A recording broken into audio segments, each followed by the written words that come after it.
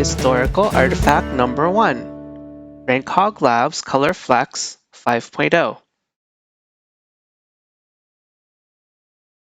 So in my first video about Flex on the CoCo, I went through the history. And one of the things I mentioned in that video was in March 1982, Hogg Labs started announcing their version of Flex. And this was the first ad. You can see that Flex with editor and assembler is being released for $199. Well, I happen to find a disk that contains this original version of Flex, and I am going to show that to you. The disk. Here is the disk that I found. The name of the disk is actually FHL color.disk, and you can see that the volume label of the disk is Flex source. The date on these files is a little bit after the announcement that we showed before in March, but it's April 19th, 1982. This is about 6 months after the Radio Shack disk controller was introduced. I went through a whole process to convert what we see on this disk, which is a bunch of bin files, right, these bin files here.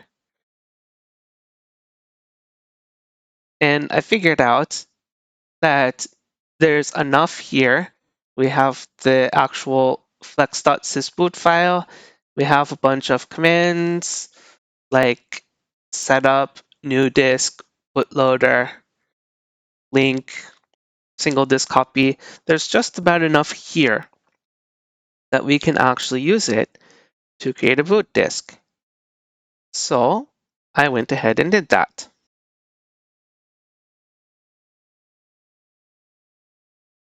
So here is the contents of this disk. This is actually a recreation of the original 5.0 version of Hogg Labs Color FLEX. We do not really have an original boot disk. We have the disk that I showed before. And I went through a process which I have documented to set up a boot disk. And that's what we're booting right now, is the recreation. So one thing that's different here that you can see right off the bat is we don't have the high resolution 51 by 24 graphics. It's running on the standard green screen. So this is one thing that's different in between this version and the next version, which is 5.0:2. So this disk that I have here contains only the contents found on that FH color disk. So this is all that we got, but this was the original one. So we have the flex.sys.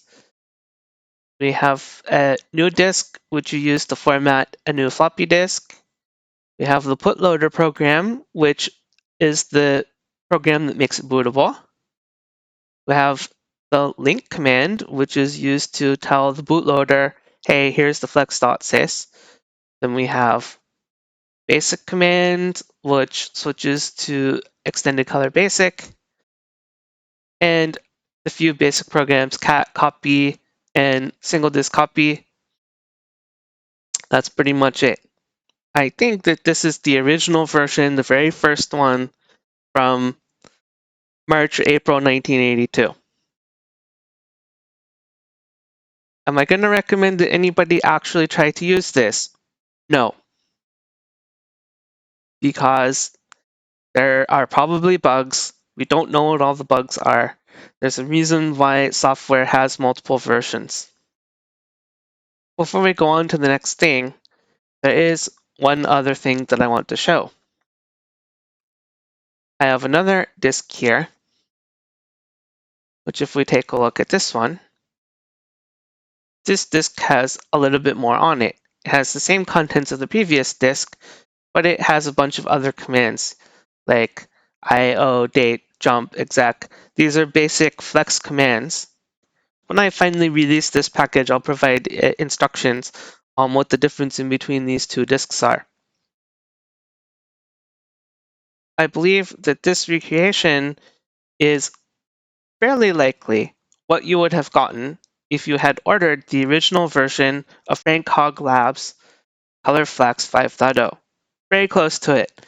Unless somebody has a disk, we're not ever going to know, but this is more than likely what you got. So you can actually play with this historical artifact if you want to. Again, I don't really recommend it.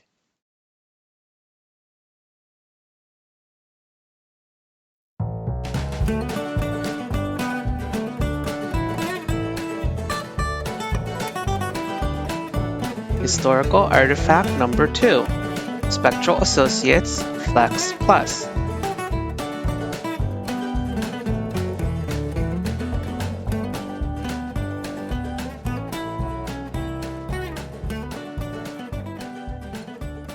So now we're moving on to the second historical artifact, which is Spectral Associates FLEX Plus.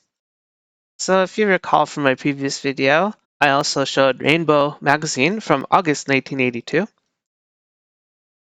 So if we scroll down to the last page here, on the back page of this August 1982 Rainbow magazine, we see the Spectral Associates ad talking about FLEX Plus. So if you read this ad, you'll see that they're talking about the supercharger hardware which is required. The version of Spectral Associates FLEX that I found actually is able to run both on the supercharger, which I do not have, and it'll also run on a regular CoCo, even though this ad says otherwise.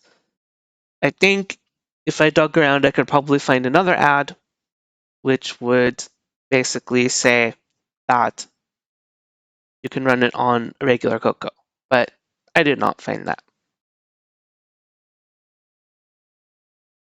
Okay, so next, we're actually going to show Spectral Associates FLEX Plus actually running. 2. Okay, so I've put in the Spectral Associates FLEX Plus disk. Let's do a directory, and instead of Flex, it's FLEX Plus. So we just go ahead and run this. FLEX Plus.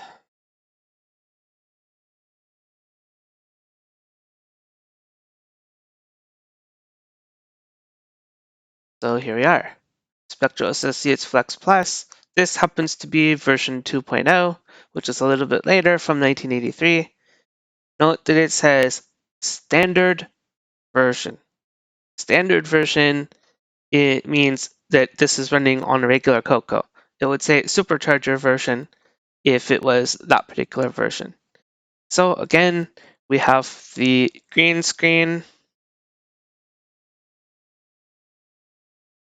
and that's it. So this is a complete disk. It has printer drivers, it has commands, it's a fairly complete Flex system. I haven't actually played around with this very much, but it does work. And as with the original version of Frank Hogg FLEX 5.0, I am presenting this Spectral version of 5.0 as another historical artifact. So yeah, I'm not going to show that much more about this. I'm just presenting that I have found in the Great Flex Archive 2 interesting historical artifacts. a very early version of Hogg FLEX, and version 2.0 of Spectral Associates FLEX Plus. Those are both runnable on XROR. And I will be talking a little bit more about that later. There's actually a bug in the current version of XROR. It needs to get an update. When that update is out, I will start releasing all of these things out to the wild, out to the public, so that you guys can try them yourselves. So that's all for today. Hope you enjoyed this episode, and see you in the next one.